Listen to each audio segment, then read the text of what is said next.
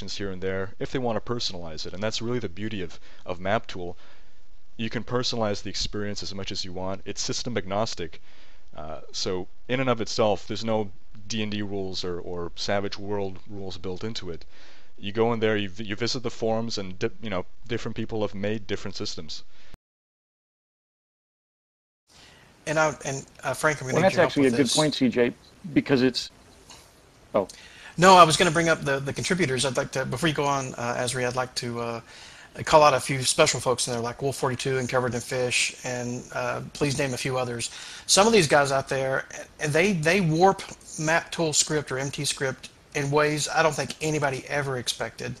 And Azhrei, please call out a few of the folks that are the special, what I'm going to call offenders. But those guys could make that thing do stuff that I never envisioned that it would ever be able to do. So Azhrei, call out a few of the ones and some of the things that they've made MapTool do that you never expected. oh man, there are just so many of them. Well, you mentioned Wolf 42. There's a forum username forum Covered in Fish. I have no idea where he got that name. I remember seeing a posting about it. It's an unusual handle, but Alias Mask is a big one.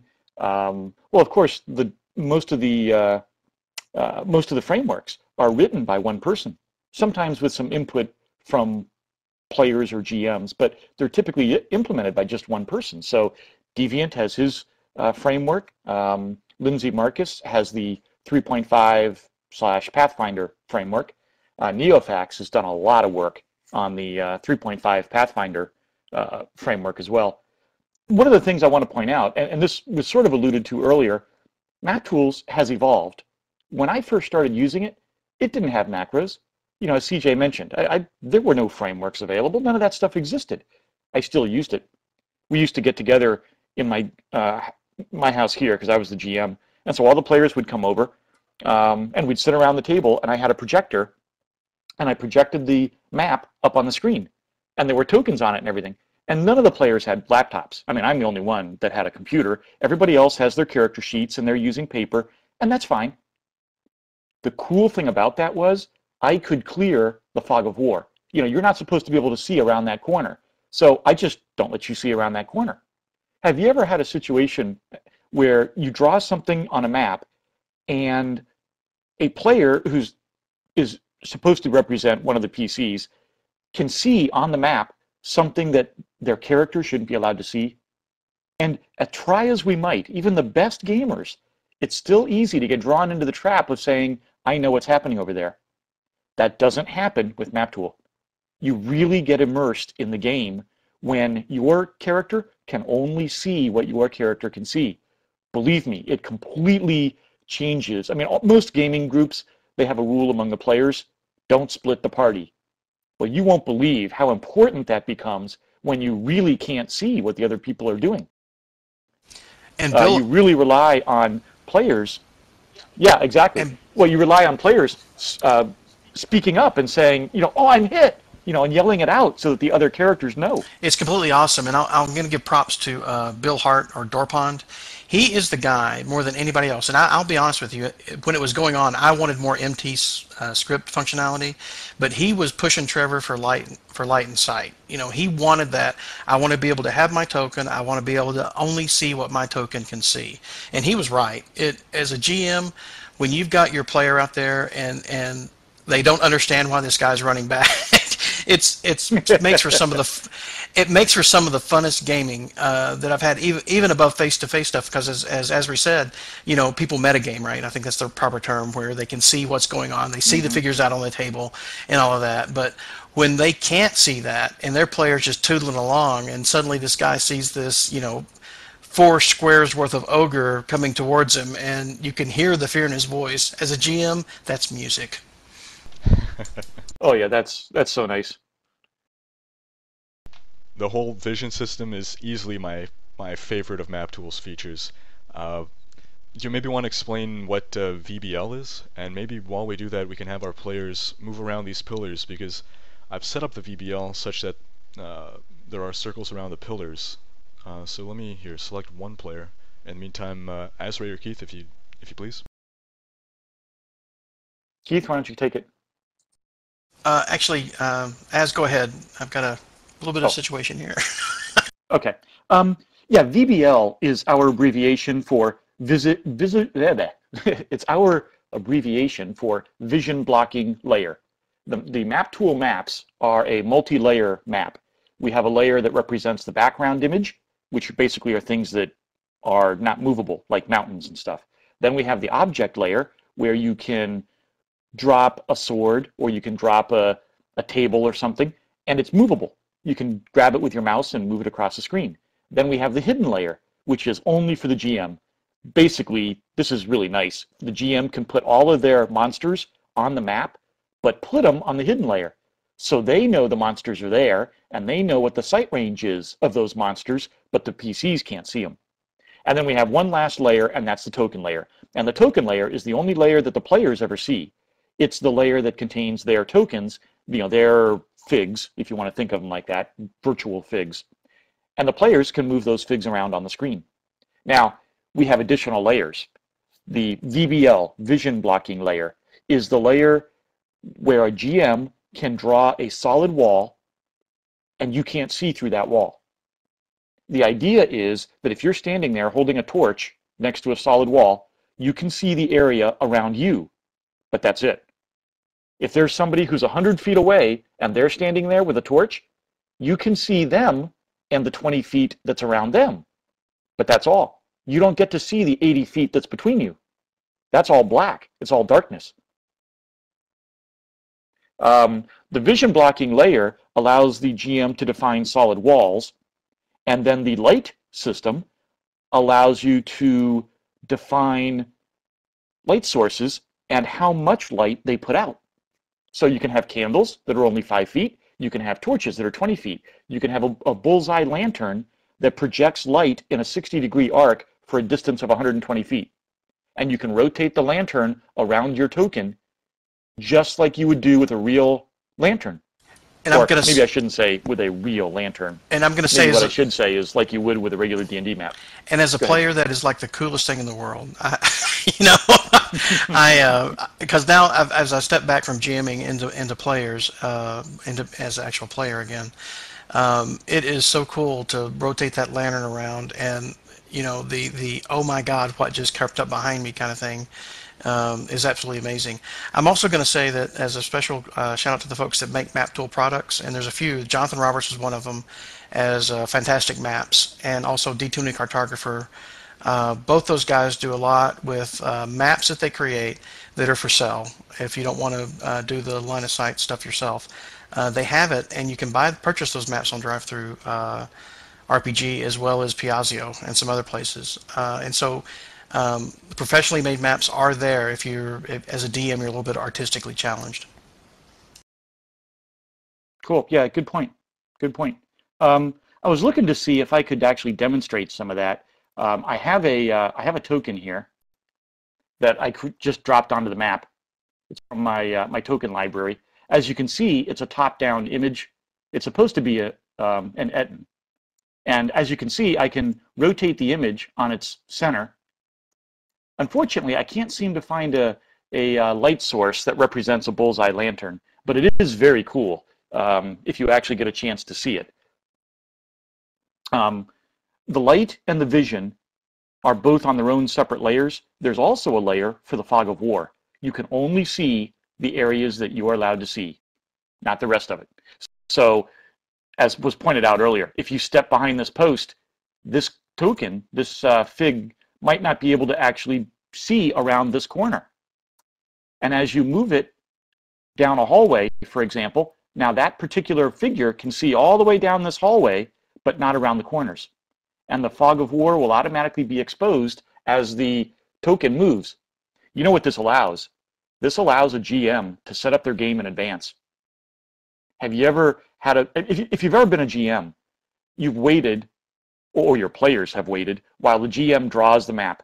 And the GM will drop a little bit of the map, and then the players move, and you draw more. And the players move, and you draw more. And then all of a sudden, oops, I ran out of map. We hit the edge of the battle map, so now you have to roll it up, go to another battle map. It's a major pain. What MapTool lets you do, or any virtual tabletop, not just MapTool, But what they let you do is pre-draw your maps. You can do all of this in your spare time during the week. And that way when game night comes along, there it is. Oh, I do actually have a light source that rotates with my character. Thank you. Actually, that's not a light source. That's my vision. But anyway, you can see that the light source rotates as I rotate my token. Now, there are some things that we would like to add to MapTool that it doesn't do yet. We would like to be able to support D20 modern games, for example, like Traveler or well, maybe not Traveler in particular, but we'd like to be able to support modern games where some tokens can see through walls and others can't. You know, like maybe a superheroes game. Superman can see through walls and everybody else can't. So there are still a lot of features we want to add, and we'll get to those eventually. It's just a matter of time. And to tack on to what Frank was saying, you were asking about frameworks earlier, but also the ability to draw maps ahead of time. Part of growing older and having kids and a family, you know, just the family thing, is that my time is now limited in how much time I have to game. But using MapTool and the automation, I can get done in 2 hours in MapTool what used to take me 4 or more on the actual like tabletop pen and paper kind of games. So that it's really increased the amount of gaming I get to do per session.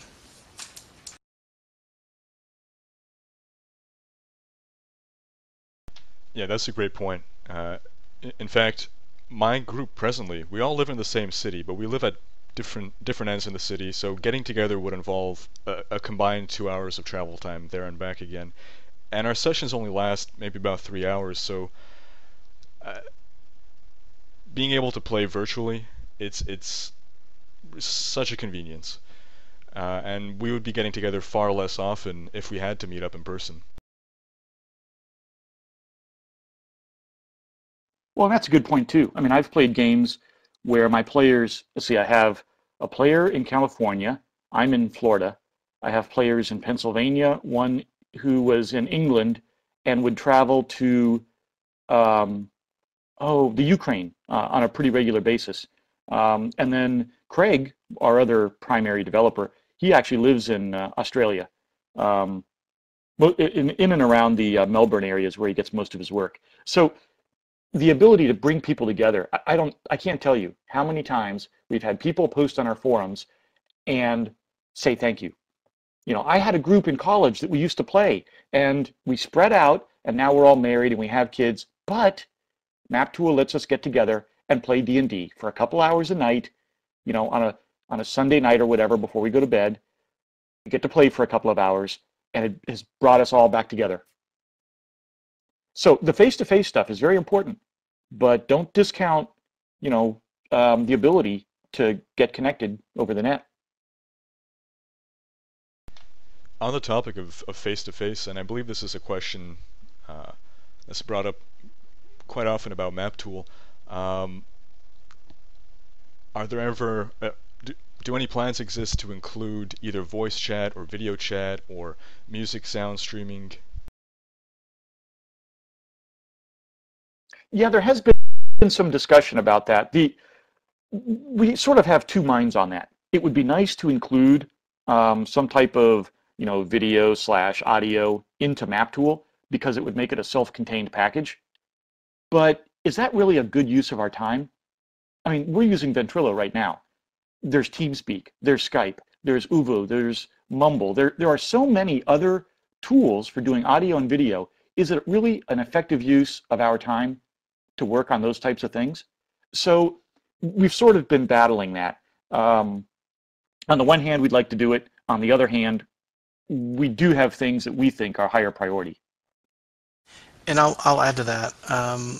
Remember that MapTool is a completely community-developed tool, and so the folks that make the products that Azhrei just talked about, you know, they have dedicated people that work on those. For us, and if you cruise the MapTool forums, you've seen people that have issues connecting.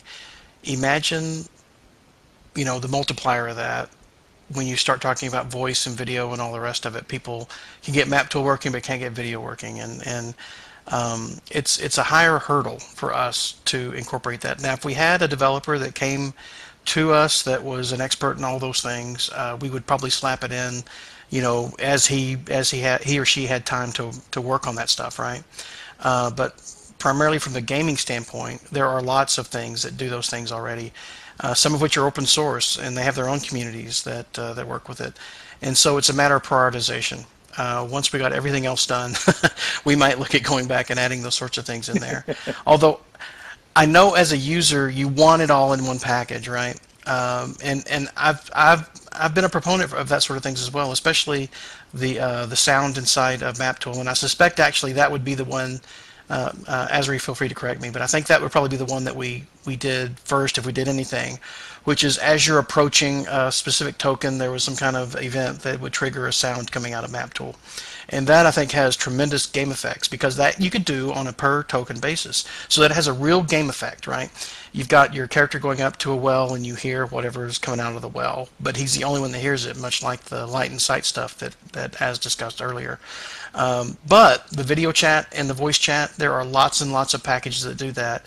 And unless we had a dedicated person, we couldn't duplicate the quality that you could get from a Skype or a Ventrilo or a Mumble or any of those other things. And so as an open source project, because we're different, remember it's open source, all community developed, we have those concerns as well.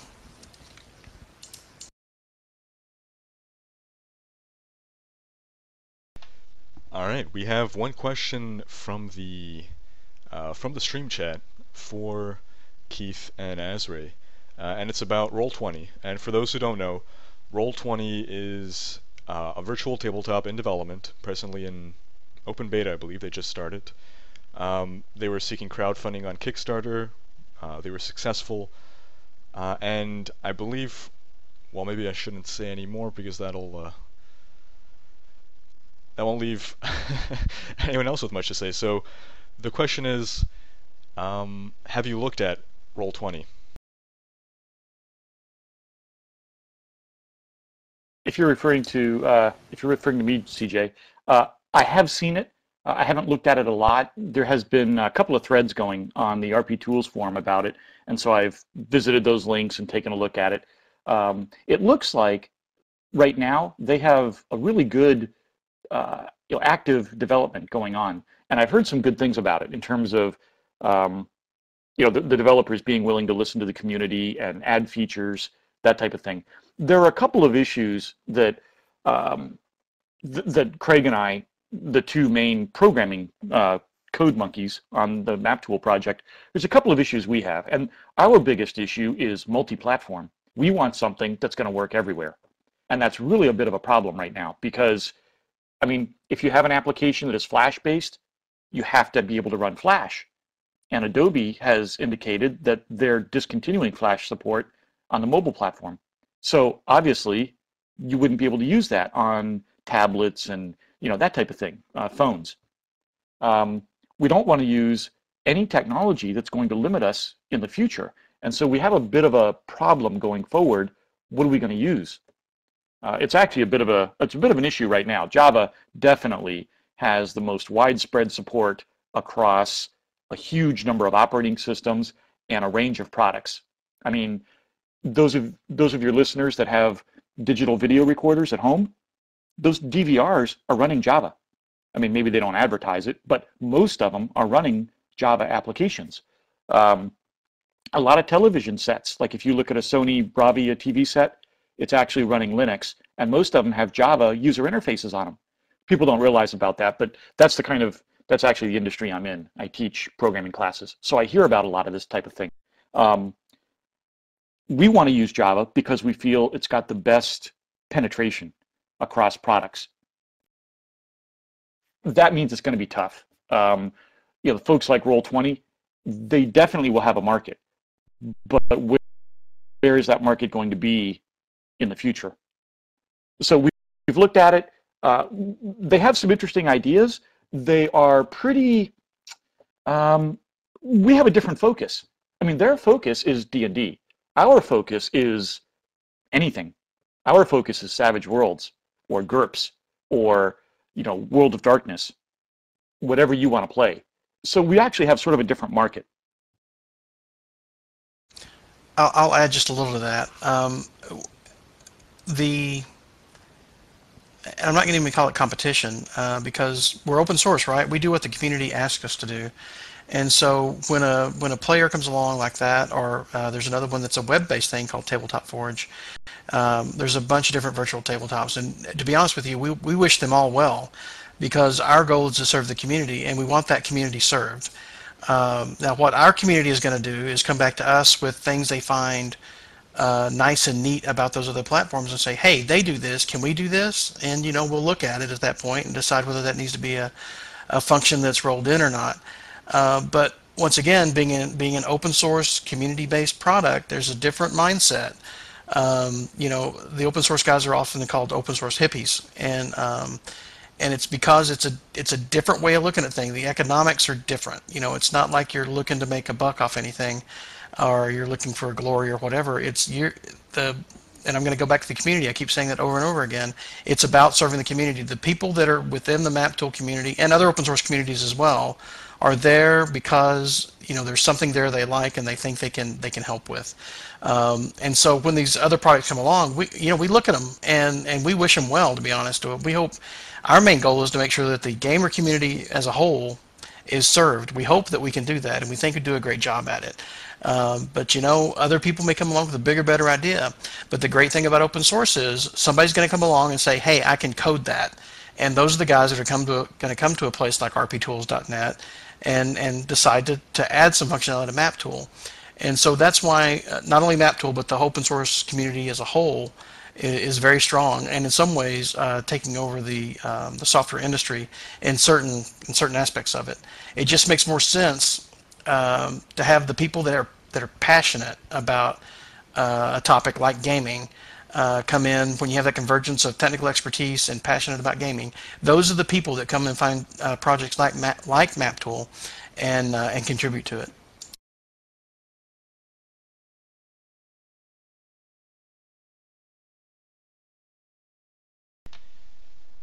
All right, great. Now, we tend to see some resistance from sort of the old watch, the old school tabletop players when we bring up virtual tabletops, and they'll say, no, D&D is meant to be played face to face. And I believe we've touched on some reasons, but or some ways rather. How can MapTool be used, or a virtual tabletop be used as a supplement to a real life session rather than a replacement? Why does a DM or a player for that matter want to have MapTool with him at the physical tabletop? It's all about efficiency. Yeah, it's all about efficiency. It's all about having, especially when you get into the frameworks. It's all about having those rule sets coded into a framework, so you don't have to go through books and find out what the modification is for a different, ability or power or attack. And that's where, from my point of view, one of the greatest things about the face-to-face gaming with MapTool. Now, if you cruise the forums at all, some guys have done some pretty cool things with a virtual tabletop where it's actually part of the table. Some of the guys have gone to conventions with it where you actually have a huge monitor-like screen, and they have MapTool that people are actually moving their tokens around on the table itself, and it's actually using the light and the sight and the macros and everything else. And people have their mice there, or they have a common mouse that they use. And I'll just say, from my point of view, from what I do, once again, I said this earlier, I get about double the gaming in using a virtual tabletop versus not.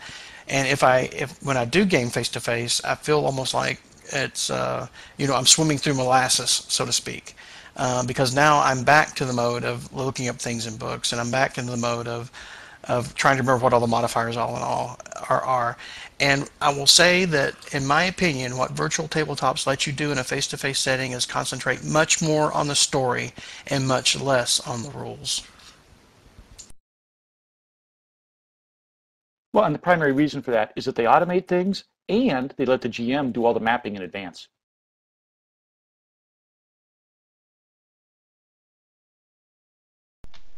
That's a great point. I remember when I started playing D&D, and everyone had to take turns being the designated mapper, and you'd pull out your grid paper, and you'd face that huge dilemma. Where do I start drawing the map? In the center, in the corner? At least with MapTool, you never run out of space. You can start anywhere, zoom out, change place, draw somewhere else. I mean, to an extent, mapping was fun, but if you want, I think a player can even use MapTool to draw maps, because there are drawing tools. I don't think we touched on this. MapTool does include some well, they're somewhat primitive, but it does include drawing tools, right? And I suspect, Oh, yeah. yes, it does. It's got the whole textures-based thing. To me, when I draw maps, I use a combination of textures and tiles. And we talked about Jonathan Roberts and his contribution as just free artwork, and they're wonderful to be able to draw a dungeon completely off of dropping tiles down, or completely off of dropping objects down. But you can also do that with textures. And for outdoor scenes, when you're trying to make a forest, the great thing about MapTool is you can create a section of the forest, you can duplicate that all over the map and rotate slightly. To the players, it looks like a completely different scene with every screen they go to, but for the DM, it's very quick and very easy. And MapTool, like you say, they're a bit primitive, but it does what we needed to do. And I suspect with MapTool 1.4 and 2 and 2.0 that you're going to see a lot more capabilities there. Actually, that's a great segue into the future of MapTool. I know that you're still in the conceptualization stage, but what are some of the most exciting features that you would like to see come to MapTool in the future?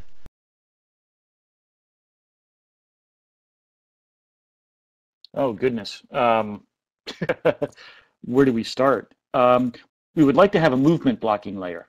Just like we have a vision blocking, we'd like to have a movement blocking layer. That's probably the thing that gets requested the most often. It would also be nice, the other really big request, is to be able to run MapTool headless. Headless means without a GUI. I would like to be able to run a MapTool command and not have to have a GUI running. That way, MapTool could be placed on a server machine somewhere, maybe on an ISP's server machine, and run it there, and you wouldn't have to use the graphical interface to start a server and all the rest of that. Both of those are things that would definitely make it easier to build houses, but they're not things that you have to build a house. I mean, you can build a house now with the tools that MapTool has now. It's just that, we could build a really nice house if we had some of these other features. I think movement blocking and the headless are probably the things that get requested the most. Keith, what do you think? The things I hear a lot are the multi-touch display kinds of things. I think in 2015 or 2016, the majority of computing devices are going to be tablets, and so I hear a lot of requests to run MapTool on tablets, and that'll come along with newer versions of Java, I think. I don't really think we have the ability, given the state of Java technology now, to do that easily. But I think that's coming up in the future. I really look forward to that. And for me as a framework developer, I'm really excited about some of the down in the internals things you can do, such as the macro for the GM, the ability to code macros via JavaScript. The fact that tokens become a single instance inside of a server instead of one per map. Those sorts of things are super exciting to me as a framework developer. For me also, as Java advances, and it's good because the UI will get a much richer feel as things go forward, especially with MapTool 2.0. It'll be more modern looking. I mean, I hear the complaint a lot about the MapTool GUI, but to be honest with you, I find it highly functional and I like it. But people like Flash and eye candy, but that's going to be in there come the future, and I think it's going to help us attract a larger user base. So those are probably the three things that I see as important going forward.